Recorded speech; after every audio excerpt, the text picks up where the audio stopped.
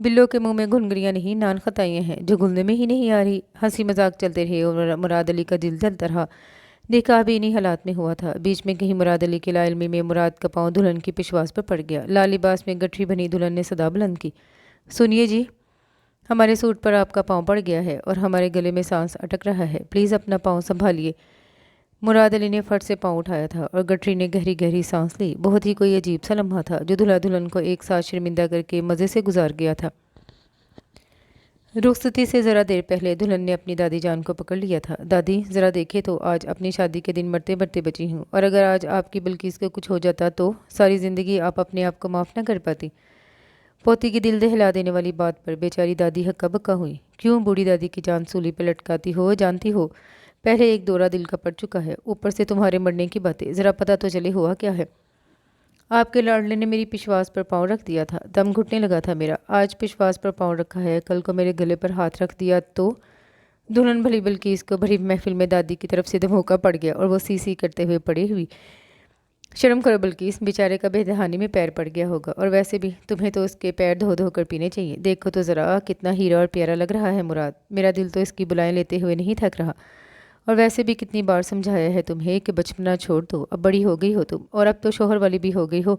شوہر والیوں کو تو بہت زیادہ احتیاط سے کام لینا چاہیے۔ سسرالی گھر ماں باپ کے گھر جیسا نہیں ہوتا، اور نہ ہی وہاں کے رشتے ایسے ہوتے ہیں۔ اب چپکی ہو کر بیٹھی رہو، میں کوئی شکایت نہ سنوں۔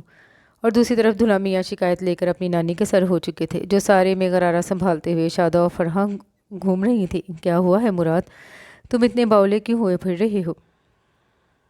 مراد کو ان کی بے نیازی پر جی بھر کر غصہ آیا۔ اسٹیج کی طرف نظر اٹھی تھی تو گھونگھٹ بھی اسی طرف متوجہ نظر آ رہا تھا۔ یقیناً وہ وہیں اسے بیٹھی ہوئی ان کی طرف ہی نظریں گاڑی ہوئی تھی۔ یہ لڑکی ڈھونڈی ہے آپ نے میرے لیے؟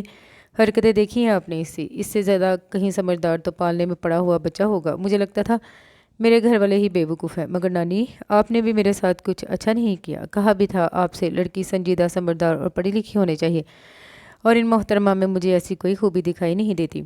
لال بہو کا چہرے کے ساتھ مراد دلی پریشان اور بیزار نظر آتا تھا۔ نانی نے پیار سے نواسے کے چہرے کو سنوارا۔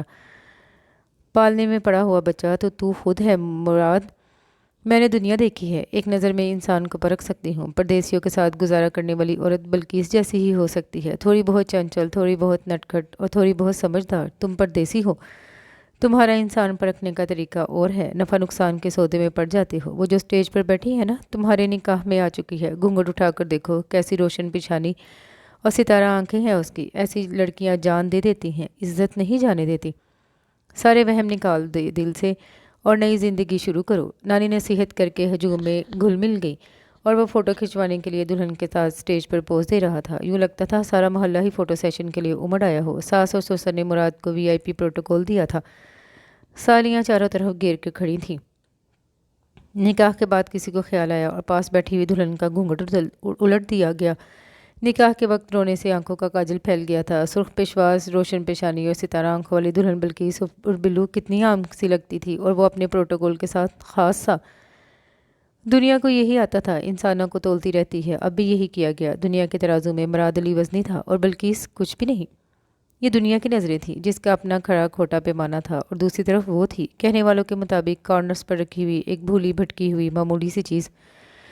مگر کون جانے، کس کو خبر وہ کیا تھی، وہ کیوں تھی؟ مگر بلقیس کو اب کہیں جا کر خبر ہوئی تھی کہ اس کا سسرال بھی کسی مویشی منڈی سے کم نہیں تھا۔ بھانت بھانت کے لوگ اور بھانت بھانت کی آوازیں، نندے اور دیورانیاں اسے ایک کم روشنی والے اندھیرے سے کمرے میں چھوڑ کر باہر کہیں گم ہو چکی تھی۔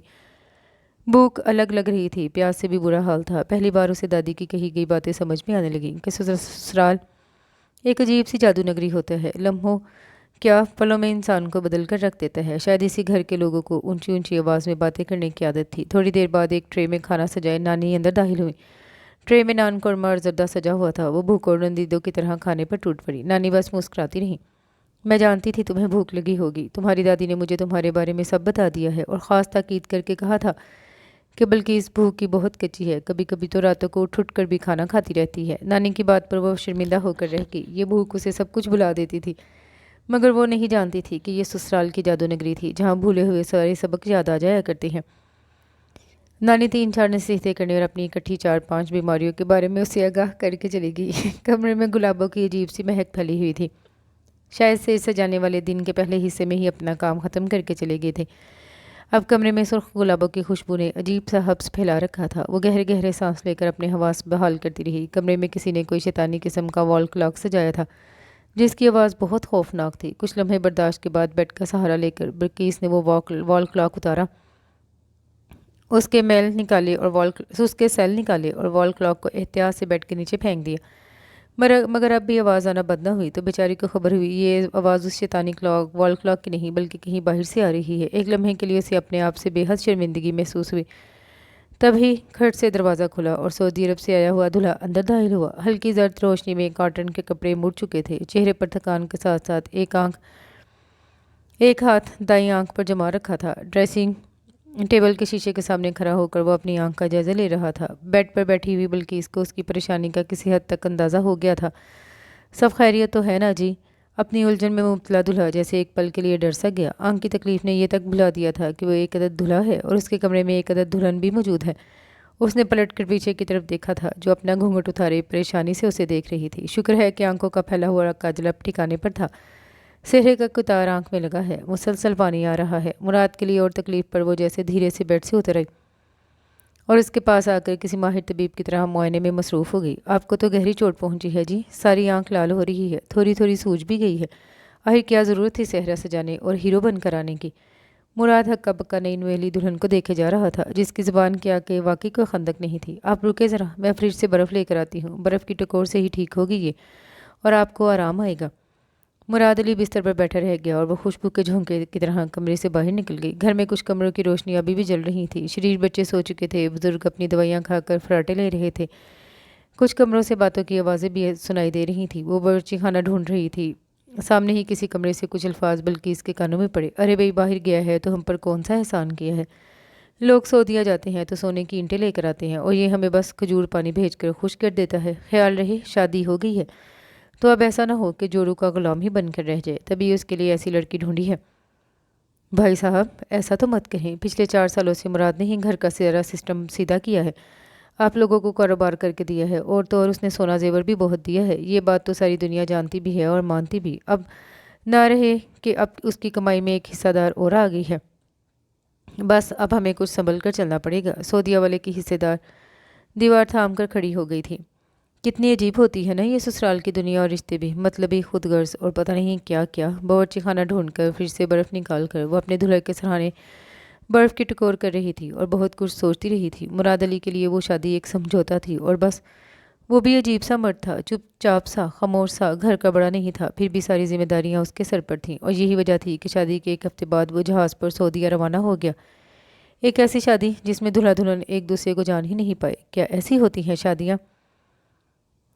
بلقیس کے ہاتھوں کی مہندی پھیکی پڑتی گئی۔ اماں ابا کو ہمیشہ وہ سب اچھا بتاتی رہی۔ 1 سال بعد بلقیس کے ہاں 2 جڑواں اولادوں نے جنم لیا، گڑیا اور ادی۔ مراد علی نے نانی کی وفات پر جب چکر لگایا تب ہی اس کی اولاد بھی دنیا میں آئی تھی۔ ایک طرف نانی کا جنازہ تھا اور دوسری طرف ہسپتال میں درد سے تڑپتی بلقیس۔ مراد علی ایک بار پھر سے سعودیہ لوٹ گیا اور پھر اس نے پلٹ کر 12 سال تک کوئی خبر نہ لی، بس کبھی کبھار فون پر رابطہ ہوا کرتا تھا۔ گھر والے سونے کی اینٹوں کی بات کرتے تھے اور بلقیس اجوا، کھجوروں اور آب زمزم کی، جو وہ اپنے سارے محلے اور سہیلیوں میں بانٹا کرتی تھی۔ کتنی عجیب عورت تھی نا بلقیس عرف بلو۔ مراد علی کے لیے وہ عام بھی بہت ہی عام، لیکن کس کو کیا خبر کہ کبھی کبھی خاک بھی آنکھ کا کاجل بن جاتی ہے۔ آنے والے دنوں میں جب تک مراد علی پاکستان رہا وہ کسی تتلی کی طرح اس کے آس پاس منڈلاتی رہی تھی۔ نندے اور دیورانیاں اسے دیکھ کے سرگوشی میں باتیں کیا کرتی اور یہ سرگوشیاں ہی باز گشت کی طرح مراد علی کی سماعتوں میں بھی گونجتی رہتی تھی۔ ارے بھائی، اس لڑکی کے تو وارے نیارے ہو گئے ہیں، اس کا خاندان بھی ہلکا سا ہے اور شکل و صورت بھی کچھ عام سی، سنا ہے پڑھی لکھی بھی نہیں ہے۔ مراد علی سسرال جا کر بھی ایک اجنبی انسان بن جایا کرتا تھا۔ 4 سالیاں خاطر تواضع کے لیے پیش ہوتی مگر وہ نخوت بھرے انداز میں سر جھٹک دیتا تھا۔ بلکہ اس دہائی لے کر دادی کے پاس آتی تھی، ذرا دیکھیں تو کیسا چہرہ لے کر بیٹھے ہیں، سرد سپاٹ، آج تک مجھ کو دیکھ کر نہیں مسکرائے۔ دادی تسلی دینے والے انداز میں کہتی، وہ مت کیا کرو، مرد ایسے ہی اچھے لگتے ہیں، سمجھدار اور سنجیدہ، ہر وقت کھی مردوں کو زیب نہیں دیتی۔ سادہ اور بھولی بلقیس دادی کی باتوں کو دوپٹوں کے پلو سے باندھ لیتی تھی اور پھر اس کی زندگی میں کبھی بھی مراد علی کی طرف سے کوئی مسکراہٹ، کوئی کہا کوئی بھی نہیں آیا۔ دونوں کا بس چپ کا رشتہ تھا، ایک دوسرے سے انجان۔ یہ شادی کسی گڈے اور گڑیا کی شادی جیسی ہی تھی۔ مراد علی کو سعودی عرب آئے ہوئے اتنے برس ہو چکے تھے، مگر آج بھی اسے وہ دن یاد تھا جب اس نے پہلی بار ریاض کے ہوائی اڈے پر قدم رکھا تھا۔ جہاز کا دروازہ کھلتے ہی گرم ہوا کا جھونکا اس کے چہرے سے ٹکرایا، جیسے کسی نے آگ کی بھٹی کا دہانہ اس کے سامنے کھول دیا ہو۔ پاکستان کی نم آلود مٹی اور آموں کی خوشبو سے نکل کر اس بے آب و گیاں سرزمین میں آنا اس کے لیے محض جغرافیائی تبدیلی نہیں تھا، بلکہ ایک مکمل زندگی کا الٹ جانا تھا۔ شروع کے دنوں میں اسے لگتا جیسے سورج یہاں کچھ زیادہ ہی قریب آ جاتا ہے، خاص طور پر گرمیوں میں جب درجہ حرارت 50 کے آس پاس پہنچ جاتا تو تعمیراتی سائٹ پر کھڑے ہو کر لوہے کی سلاخیں پکڑنا بھی کسی سزا سے کم نہ ہوتا تھا۔ وہ ایک کنسٹرکشن کمپنی میں مزدور تھا۔ صبح فجر سے پہلے آنکھ کھلتی کیمپ کے تنگ کمرے میں 6-7 آدمیوں کے ساتھ رہنا اس کی عادت بن چکی تھی۔ لوہے کے 2 منزلہ پلنگ، ایک چھوٹا سا پنکھا جو گرم ہوائی کو گھماتا رہتا، اور دیوار کے ساتھ رکھا ایک پرانا فریج جس میں زیادہ تر پانی کی بوتلیں اور کبھی کبھار بچا ہوا کھانا ہوتا۔ کمپنی کے بس انہیں شہر کے مضافات میں زیر تعمیر عمارتوں تک لے جاتی۔ دن بھر دھول، سیمٹ اور پسینے کی ملی جلی ہوا اس کے وجود سے لپٹی رہتی۔ کبھی سپروائزر کے سخت آواز بھی، ویزا اور اقامہ کی فکر، کبھی تنخواہ کی تاخیر، یہ سب اس کی روزمرہ زندگی کا حصہ بن چکے تھے۔ شام کو جب وہ کام سے لوٹتا تو کیمپ کے باہر ایک چھوٹی سی دکان سے عربی روٹی، خمس یا فلافل لے لیتا۔ شروع میں اسے یہاں کا کھانا پھیکا لگتا تھا، اسے اپنی ماں کے ہاتھ کی دال چاول اور گرم روٹی کی خوشبو یاد آتی۔ کبھی کبھار وہ اور اس کے پاکستانی ساتھی مل کر دیگچی میں چاول اور سالن بنا لیتے تو کیمپ کے کمرے میں ایک لمحے کو یوں لگتا جیسے پاکستان کا کوئی کونا وہاں آ گیا ہو، لیکن وہ عارضی خوشبو جلد ہی ختم ہو جاتی تھی اور حقیقت پھر سامنے کھڑی ہو جاتی۔ وہ پردیس میں ہے، محض کمانے کے لیے۔ ثقافت کا فرق بھی اس کے لیے ایک آزمائش تھا۔ زبان نہ آتی ہو تو انسان کی شخصیت جیسے سکڑ جاتی ہے۔ عربی کے چند جملے اس نے سیکھ لیے تھے، کام چلانے کے لیے کافی، مگر دل کی بات کہنے کے لیے ناکافی۔ بازاروں میں، مساجد، سرکاری دفتروں میں وہ اکثر خود کو اجنبی محسوس کرتا۔ جمعے کے لیے جب وہ قریب کی مسجد جاتا اور امام کی تلاوت سنتا تو اسے ایک عجیب سا سکون ملتا، جیسے اس مقدس سرزمین پر ہونا بھی اسی برکت کا حصہ ہو۔ مگر اسی لمحے دل میں ایک کسک بھی جاگتی کہ کاش یہ سب وہ اپنے گھر والوں کے ساتھ بانٹ سکتا۔ سعودی عرب کی ریتلی آندیاں بھی اس کی زندگی کا حصہ بن چکی تھی۔ کبھی اچانک آسمان پیلا پڑ جاتا، ہوا میں مٹی بھر جاتی اور آنکھیں کھولنا مشکل ہو جاتا۔ ایسے میں وہ سوچتا اس کے شہر میں شاید ہلکی سی بارش ہو رہی ہوگی، بچے گلیوں میں کھیل رہے ہوں گے اور اس کی اماں صحن میں کپڑے سمیٹ رہی ہوگی۔ وہ ہر مہینے تنخواہ کا بڑا حصہ پاکستان بھیج دیتا، اپنے بھائیوں کی تعلیم، کاروبار اور گھر کے اخراجات کے لیے۔ اس کی اپنی خواہشیں رفتہ رفتہ پس منظر میں چلی گئی۔ نئے کپڑے، اچھا موبائل یا سیر و تفریح، یہ سب اس کے لیے غیر ضروری چیزیں بن چکی تھیں۔ پردیس نے اسے مضبوط بھی کیا تھا اور اندر سے توڑا بھی تھا۔ اس نے صبر سیکھا، خاموشی سیکھ لی، اور یہ بھی کہ انسان اپنے پیاروں کے لیے کتنی قربانی دے سکتا ہے۔ مگر ہر رات جب وہ پلنگ پر لیٹ کر چھت کو گھورتا تو اسے محسوس ہوتا اس کی زندگی جیسے 2 حصوں میں بٹ چکی ہے، ایک وہ جو سعودی عرب کی تپتی دھوپ میں جل رہا ہے، اور دوسرا وہ جو پاکستان میں اس کے بچوں کی مسکراہٹوں میں سانس لے رہا ہے۔ ان دونوں کے درمیان فاصلہ صرف میلوں کا نہیں تھا، جذبات کا بھی تھا۔ کبھی کبھار وہ سوچتا آخر کب تک؟ کیا وہ ہمیشہ اسی طرح مزدوری کرتا رہے گا؟ کیا اس بچے بڑے ہو کر اسے ایک اجنبی کی طرح دیکھیں گے جو سال میں ایک بار تحفہ لے کر آتا ہے اور پھر چلا جاتا ہے؟ ان سوالوں کا جواب اس کے پاس نہیں تھا، مگر اگلی صبح وہ پھر اٹھتا، وضو کرتا، 2 رکعت نفل پڑھتا اور خود کو یہی تسلی دیتا کہ یہ سب وقتی ہے، ایک دن وہ لوٹے گا، اپنے وطن، اپنی مٹی، اپنے لوگوں کے پاس۔ لیکن سچ یہ تھا کہ پردیس انسان کو بدل دیتا ہے۔ وہ واپس بھی لوٹے تو وہ پہلے جیسا نہیں رہتا۔ مراد علی بھی شاید وہ سادہ سا گاؤں کا نوجوان نہیں رہا تھا، اب وہ ایک ایسا آدمی تھا جس کے چہرے پر دھوپ کی سختی اور آنکھوں میں ہجرت کی نمی ہمیشہ کے لیے بس چکی تھی۔ اور اب شادی کے بعد تو زندگی مزید عجیب ہو گئی تھی۔ گھر سے اکثر کبھی کبھار بلکہ فون کر لیتی تھی، اسے باتیں کرنا نہیں آتا تھا یا اسے بات کرنے کے لیے کوئی موضوع نہیں ملتا تھا، بس وہ ادھر ادھر کی باتیں کیے جاتی۔ ادی اور گڑیا جڑواں ہیں مگر دونوں آپ پر گئے ہیں۔ گڑیا ہنستی ہے تو گال میں گڑا پڑتا ہے۔ وہ چپ چاپ سنتا رہتا تھا۔ آس پاس کے ساتھی جب کبھی پاکستان سے آتے تو عجیب روتے تھے، رشتے مطلبی ہوتے ہیں، عجیب روتے تھے، رشتے مطلبی ہو گئے ہیں، یہاں تک کہ بیوی اور اولادیں بھی۔ مراد علی کو بھی وہ میٹرک فیل بیوی باقی لوگوں کی بیویوں جیسی لگتی، بلکہ اس کو فون کے پار کی خاموشی سے وحشت ہوتی تھی۔ سنیں جی، آپ کب واپس پاکستان آئیں گے؟ کیوں؟ تمہیں کیوں اتنی فکر ہو رہی ہے میری واپسی کی؟ وہ چڑ جاتا، وہ ادھر بکھلا جاتی۔ وہ ہماری گڑیا نے بولنا شروع کر دیا ہے نا، آپ کا نام لے کر بار بار بلاتی رہتی ہے۔ اولاد آنکھوں کے سامنے ہی نہیں تھی، آنکھوں کے سامنے موجود نہ ہونے والے رشتے بھی فاصلوں کی نظر ہو جاتے ہیں۔ سنیں جی، وہ نا آپ اپنی ایک فوٹو ضرور بھیجیں خانہ کعبہ کے سامنے بنا کر۔ وہ چونک جاتا، بلکہ اس کے لہجے میں بڑی عقیدت ہوا کرتی تھی۔ دیکھنے میں خانہ کعبہ کیسا لگتا ہے؟ اچھا ہی لگتا ہوگا، میں بھی کیا کیا سوال کرتی ہوں، پاگل جو ہوں، اللہ کا گھر ہے، سونا ہی لگتا ہوگا نا جی۔ کہتے ہیں پہلی بار اللہ کا گھر دیکھو تو رونا آتا ہے، رکت طاری ہو جاتی ہے۔ کیا واقعی ایسا ہوتا ہے جی؟ مراد علی کے لیے سعودیہ پردیس کا حوالہ تھا، اور بلقیس کے لیے اس کے اللہ کا گھر اور نبی صلی اللہ علیہ وآلہ وسلم کا روزہ۔ میں نے آپ کی بھیجی ہوئی اجوا کھجور اور آب زمزم سارے محلے میں بانٹا ہے۔ سبھی خوش ہو رہے تھے، کہہ رہے تھے مراد کو کہنا ہمارے لیے دعا کیا کرے، وہ بھی خانہ کعبہ جا کر۔ گھر والوں کی طرف سے بلقیس کی شکایتیں بڑھ رہی تھیں کہ بس کھانے پینے کی نظر میں جتا دینے والی عورت ہے، بچوں کا بھی خیال نہیں رکھتی اور لور لور پھرتی رہتی ہے۔ وہ سب باتوں کا یقین کر لیتا تھا۔ بی اے پاس مراد کے پاس عقل میٹرک فیل بلقیس جتنی بھی نہیں تھی۔ مراد علی کو کبھی کبھی یوں محسوس ہوتا تھا جیسے وہ انسان نہیں، بس ایک حوالہ نمبر ہے، ایک ایسا نام جس کے ساتھ ہر مہینے رقم جڑی ہوتی ہے۔ ریاض کی اس تپتی زمین پر وہ صبح سے شام تک لوہے اور سیمنٹ کے درمیان پسینہ بہاتا، مگر رات کو جب موبائل ہاتھ میں لیتا تو اس کے وجود کی ساری تھکن ایک عجیب سی اداسی میں بدل جاتی۔ اس کے گھر سے آنے والی کالوں میں اب حال حوال کم اور حساب کتاب زیادہ ہوتا۔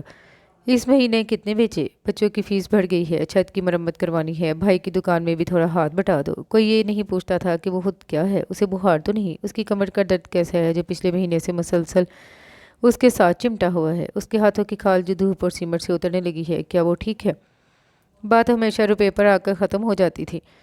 کبھی کبھی تو اسے یوں لگتا جیسے اس کے الفاظ کان کے دوسرے سرے تک پہنچنے سے پہلے دم توڑ دیتے ہیں اور صرف اس کے بھیجے ہوئے پیسے ہی زندہ رہتے ہیں۔ بہنوں کو اپنے بچوں کے لیے سونے کے زیور کے تحفے چاہیے ہوتے تھے، بھائی اپنے کاروبار بڑھانے کی بات کرتے، اماں ابا عمر پوری کر کے چل دیے تھے اور وہ پاکستان نہ جا سکا، گھر کا بٹوارا ہو گیا، سب نے اپنے حصے بانٹ لیے، بلکہ اس کو 3 مرلے دے کر کنارہ کر دیا گیا۔ بھائی نے گھر کے لینٹر ڈلوانے کی بات کی تھی، جانے کون سا گھر تھا، کس کا گھر تھا، وہ پوچھ بھی نہ سکا تھا، مگر اس کے دل میں جیسے کسی نے مٹھی بھر ریت ڈال دی ہو۔ وہ کہنا چاہتا تھا اس مہینے کمپنی نے تنخواہ دیر سے دی ہے، اوور ٹائم کے پیسے ابھی تک نہیں ملے، ایک ساتھی مزدور گر کر زخمی ہو گیا تھا، اس کی مدد کے لیے سب نے چندہ کیا تھا، مگر وہ خاموش رہا۔ اسے معلوم تھا اس کی وضاحتیں شاید ضرورتوں کے شور میں دب جائیں گی۔ کیمپ میں اس کے ساتھی کبھی کبھار اپنے گھر کی کبھی باتیں کرتے تو ان کی آنکھوں میں نمی آ جاتی۔ مراد علی بھی سنتا رہتا، مگر اپنے دل کی بات کم ہی کہتا۔ اسے لگتا تھا اگر وہ زیادہ بولے گا تو شاید رو پڑے گا۔ ایک رات اس نے ہمت کر کے اپنی بہن سے کہہ دیا کہ کبھی پوچھ بھی لیا کرو کہ میں کیا ہوں۔ دوسری طرف چند لمحے کی خاموشی رہی، پھر سے جواب آیا، ہم سب تمہارے لیے بھی تو فکر کرتے ہیں نا، اگر پیسے نہ ہو تو گزارا کیسے ہوگا؟ یہ جملہ سادہ تھا، مگر اس کے اندر ایک گہرا خلا چھوڑ گیا۔ کیا واقعی اس کی فکر صرف پیسے سے جڑی ہے؟ کیا اس کا وجود صرف ایک ذریعہ ہے؟ اسے اپنے باپ کی بات یاد آئی جو کہا کرتے تھے، پردیس جاؤ گے تو لوگ تمہیں نوٹوں میں تولیں گے۔ اس وقت وہ ہنس دیا تھا، مگر آج وہ ہنسی کہیں کھو چکی تھی۔ آج اپنے رشتے ہی اسے تول رہے تھے۔ وہ جانتا تھا گھر والے ظالم نہیں، مجبور ہیں، مہنگائی، بچوں کی تعلیم، معاشرتی دباؤ، یہ سب حقیقتیں تھیں، مگر حقیقت یہ بھی تھی کہ ان سب کے درمیان مراد علی کہیں گم ہوتا جا رہا تھا۔ اس کے خواب، اس کی تھکن، اس کا دل، سب پس منظر میں چلے گئے تھے۔ وہ ہر مہینے رقم بھیج کر جیسے اپنے وجود کا ثبوت دیتا تھا کہ ہاں وہ زندہ ہے، کام کر رہا ہے، ذمہ دار ہے۔ پردیس نے اسے صرف جسمانی طور پر نہیں تھکایا تھا، بلکہ جذباتی طور پر بھی نچوڑ لیا تھا۔ وہ ایک ایسا درخت بن گیا تھا جس کی جڑیں پاکستان میں تھی اور تنے پر سعودی دھوپ برس رہی تھی، پھل سب کو مل رہے تھے، مگر درخت کی چھال پھیل رہی تھی۔ مراد علی جانتا تھا کہ شاید اس کی قربانیوں کا مکمل احساس کسی کو بھی نہ ہو، مگر پھر بھی وہ اگلی صبح اٹھے گا، کام پر جائے گا اور اپنی خاموش محبت کو ایک بار پھر رقم کی صورت میں گھر بھیج دے گا، کیونکہ یہی اس کا نصیب تھا اور شاید یہی اس کی محبت کی سب سے بڑی دلیل بھی۔ دوسری طرف بھائی بہنوں کے بچے بڑے ہو رہے تھے، کامیاب ہو رہے تھے، کاروبار بڑھ رہے تھے، گھر سج رہے تھے، اور بتانے والے ہمیشہ مراد علی کے کانوں میں یہی زہر انڈیلتے تھے کہ بلقیس نے اس کا گھر تباہ کر دیا ہے، بچوں کی تربیت میں ڈنڈی ماری ہے، اپنے میکے والوں کو کھلا پلا رہی ہے۔ کاش کبھی مراد علی کو وہ کم فہم اور کم عقل عورت سمجھ میں آ جاتی جو جب بھی ضرورت پڑتی تھی کھجوری اور پانی مانگا کرتی۔ اسے سونے کی اینٹوں کی کوئی چاہ نہیں تھی۔ سچی بات تو یہ بھی تھی کہ پردیس میں بیٹھا ہوا ہر پردیسی ہر منظر، ہر بات، ہر رشتہ دیکھنے کے لیے کسی تیسری آنکھ کا محتاج ہوتا ہے، اور تیسری آنکھیں کہاں سارے سچ بتاتی ہیں۔ یہ تیسری آنکھیں ہمارے خاندان کی کچھ خود غرض رشتوں کی ہوتی ہیں جو ہمیں اندھا کر دیتی ہیں۔ مراد علی بھی گونگا، بہرا، اندھا سب ہو گیا تھا۔ دنیا نے اس کے سامنے صرف خسارے رکھے تھے، اور اب زندگی کے 13 سال پردیس میں کاٹنے کے بعد وہ اپنی تھکن سمیت پاکستان لوٹ رہا تھا، جہاں اس کا گھر تھا، شاید تھا بھی یا نہیں، ایک بے دماغ، بدسلیقہ بیوی اور بدتمیز بچوں کی ماں بھی موجود تھی۔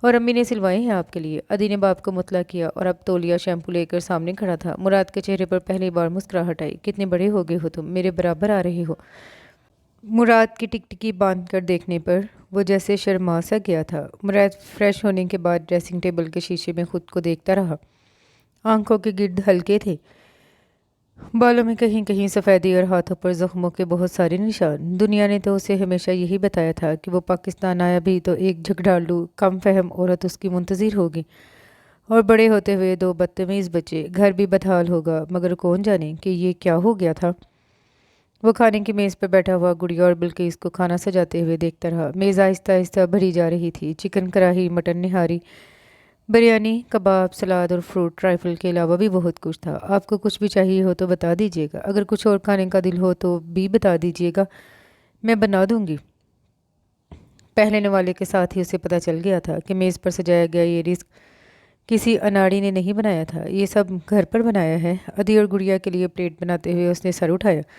جی ہاں، سب گھر پر بنایا ہے۔ اچھا نہیں ہے کیا؟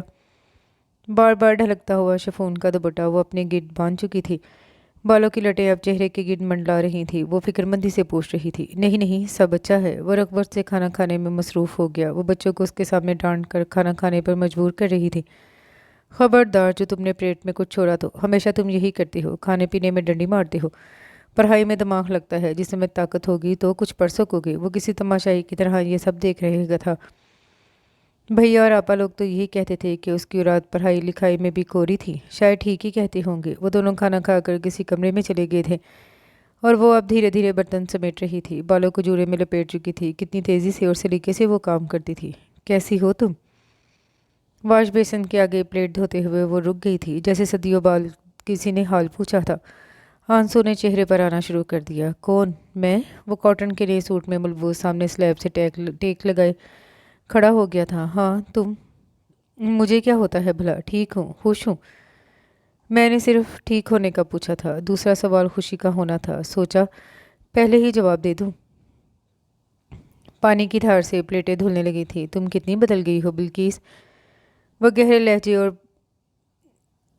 انداز پر پہلی بار واپس مڑی تھی۔ ستارہ آنکھوں میں پانی کھیل رہا تھا۔ دھیرے دھیرے۔ کیا اب بھی نہ بدلتی؟ دادی سے ہی کہتی تھی کہ سسرال جادو نگری ہوتا ہے، عورت کو بدل کر رکھ دیتا ہے۔ مجھے بھی بدلنا پڑا، آپ کو کیا پتا۔ سعودیہ میں وقت رک گیا ہوگا، مگر یہاں وقت تیز بھاگتی ہوئی ٹرین جیسا تھا۔ یا اس کے ساتھ ساتھ بھاگو یا پھر اس تیز رفتار ٹرین کے نیچے آ کر مر جاؤ۔ اور میں بہت ڈرپوک اور بزدل ہوں، مرنے سے ڈر لگتا ہے مجھے۔ وہ ہولے ہولے کانپ رہی تھی، لرز رہی تھی۔ مراد علی ششدر کھڑے کا کھڑا رہ گیا۔ یہ کون سی بلقیس تھی جسے وہ نہیں جان پایا تھا، جسے کوئی بھی نہیں جان پایا تھا؟ پہلے جیسی مشکل سوالوں جیسی۔ اگلے دن آپا اور بھیا لوگ اکٹھے آ گئے تھے اور وہ صبح سے ہی اپنے بچوں کو اپنی ماں کے ساتھ مسلسل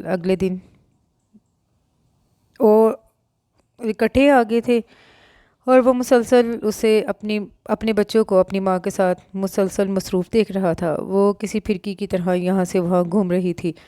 مراد دیر سے جاگا تھا اور اب فریش ہو کر وہ لاؤنج میں آ کر بیٹھا ہی تھا کہ گڑیا اس کے سامنے ناشتہ رکھ کر گئی۔ دونوں کے درمیان خاموش مسکراہٹوں کا تبادلہ ہوا۔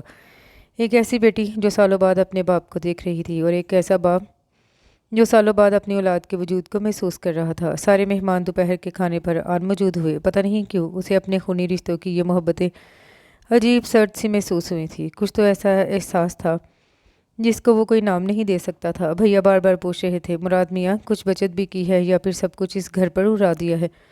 بھیا کا لہجہ طنزیہ تھا۔ مراد نے حیران ہو کر انہیں اور ان کے اس انداز کو دیکھا۔ آپا بھی مراد کے کندھے پر ہاتھ رکھ کر شروع ہو گئی تھی۔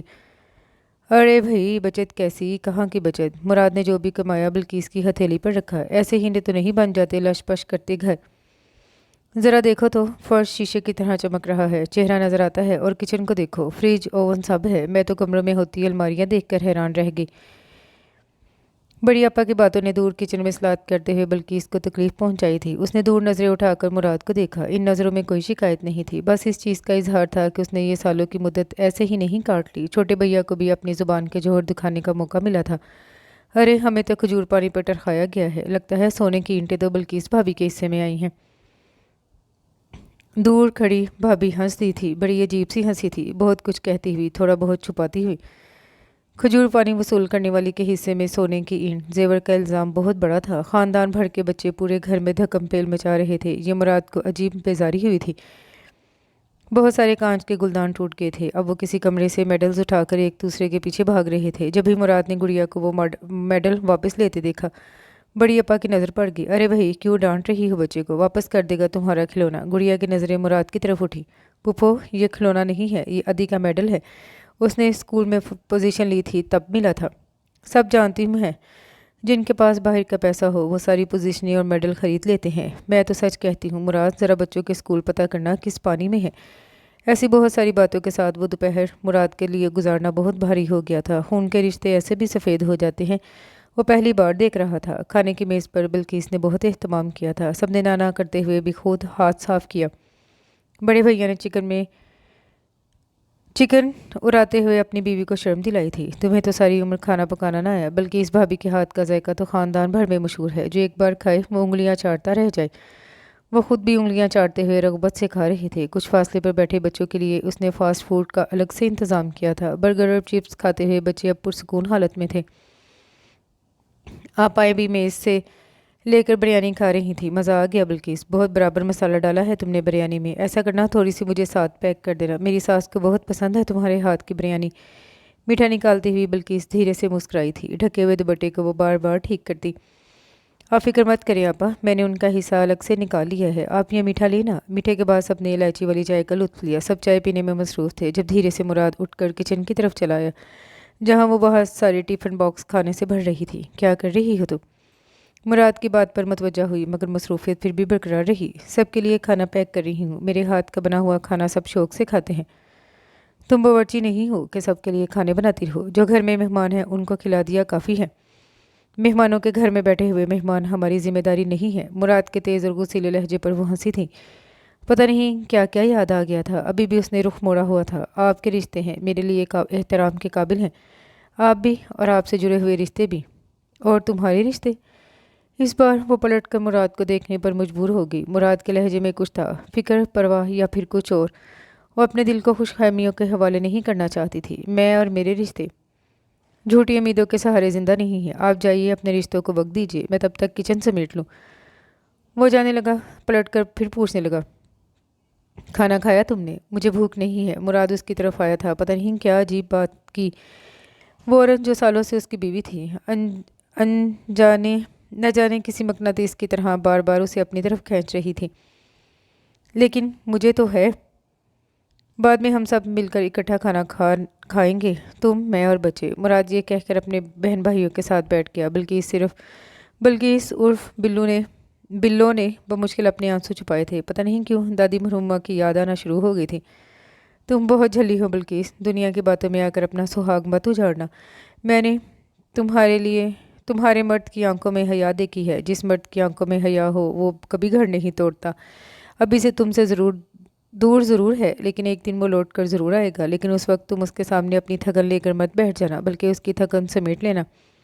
اور جانتی ہو نا، سعودیہ بہت دور ہے، وہاں کا موسم جان لیتا ہے۔ دادی کی لاڈلی نے ان گزرے ہوئے سالوں میں ان کی نصیحتوں کے مطابق زندگی گزار دی تھی، اور آج وہ اپنے حیا والے مرد کی اپنے لیے فکر بھی دیکھ رہی تھی۔ شادی ہونے کے بعد اتنے سالوں بعد وہ ایک دوسرے کے لیے اب بھی نئے سے تھے، ایک دوسرے کے بارے میں کچھ بھی نہیں جانتے تھے، بلکہ اس نے گڑیا کے ساتھ مل کر برتن سمیٹ لیے تھے۔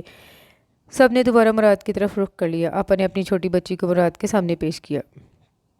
یہ میری چھوٹی بیٹی ہے نیلم، بہت یاد کرتی ہے تمہیں، کہتی ہے جب ماموں آئیں گے تو میں ان سے سونے کی بالیاں لوں گی۔ ماموں مسکرانا بھول گیا تھا۔ نظریں دور کسی گلدان کو ٹھیک کرتی ہوئی گڑیا کی طرف اٹھیں، جس کے کان موتی زیور سے خالی تھے۔ بڑے اور چھوٹی بھیا نے آنکھوں میں ایک دوسرے کو اشارے کیے۔ ہم نے سوچا ہے عارت کا کاروبار تھوڑا بڑھا لیتے ہیں، سرمایہ کی ضرورت پڑے گی تو آپ ہیں نا، سب سنبھال لیں گے۔ عجیب سی گھٹن ہونا شروع ہو گئی تھی۔ بہنوں نے بھائی کا سعودیہ سے لایا ہوا بیگ فرش پر کھول لیا۔ خوشبو کی شیشیاں، جائے نمازیں، ایک دو سونے کی باریک چین۔ کبھی کبھی رشتے قبضہ مافیا گروپ بن جاتے ہیں، نوچ لیتے ہیں، گھسوٹ لیتے ہیں، زخمی کر دیتے ہیں، دل بھی اور روح بھی۔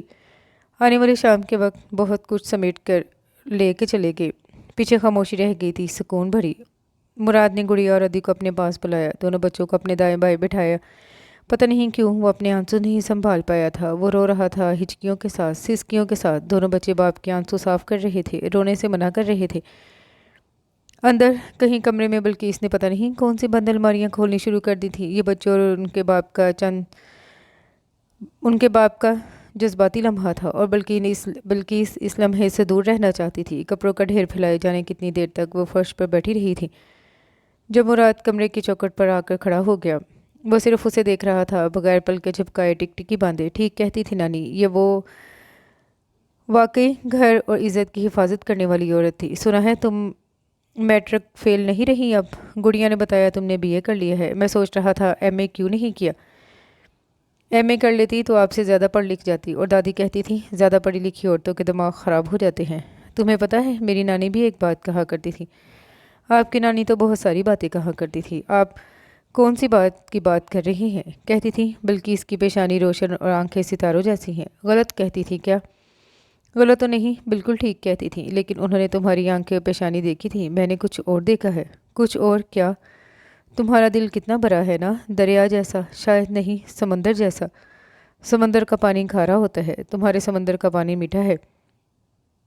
فلمیں دیکھنے لگے ہیں آپ؟ کیوں؟ فلمی باتیں جو کر رہے ہیں۔ ایک بات کہوں؟ جی کہیں۔ تم ایسی کیوں ہو؟ ایسی کیسی؟ سب سے الگ، سب سے جدا۔ میں نے آج تک تمہارے جیسی عورت نہیں دیکھی، میرے جیسی بد دماغ، کم عقل، کم صورت، ایک بری بیوی، ایک بری ماں، اور بھی پتہ نہیں کیا کیا۔ تمہیں پتہ ہے وہاں سے آتے ہوئے میرے اوپر سعودیہ کے پہاڑوں جتنا بوجھ تھا۔ مجھے لگتا تھا پاکستان میں میرا کوئی گھر منتظر نہیں ہوگا، کوئی شریک حیات آنکھوں میں انتظار سجائے میری راہ نہیں تک رہی ہوگی، میری اولاد مجھ سے ملے گی نہیں۔ لیکن تم نے میرے سارے پہاڑ سرکا دیے ہیں۔ مجھے اب سمجھ میں آ رہا ہے ایک میاں بیوی کے رشتے کو کیوں ایک دوسرے کا لباس کہتے ہیں۔ تم واقعی لباس جیسی ہو، اور میں شاید کوئی خستہ حال کترن۔